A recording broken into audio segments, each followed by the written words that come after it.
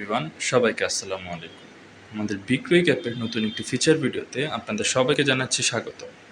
আমাদের পূর্বের ভিডিওগুলোতে আমরা আমাদের বিক্রয়িক অ্যাপের স্টক ইন, বিক্রয় এবং ড্যাশবোর্ড এই তিনটি ফিচার নিয়ে আলোচনা করেছিলাম।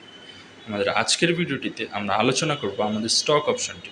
আমাদের স্টক অপশনটি মূলত আমাদের ব্যবসা প্রতিষ্ঠানের মজুতকৃত পণ্যের সংখ্যা নির্দেশ করে।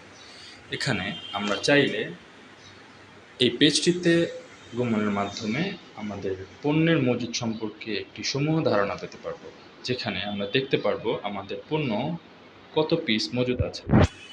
পরবর্তীতে সার্চ প্রোডাক্ট করেও আমরা আমাদের নির্দিষ্ট একটি পণ্য সার্চ করে দেখতে পারবো।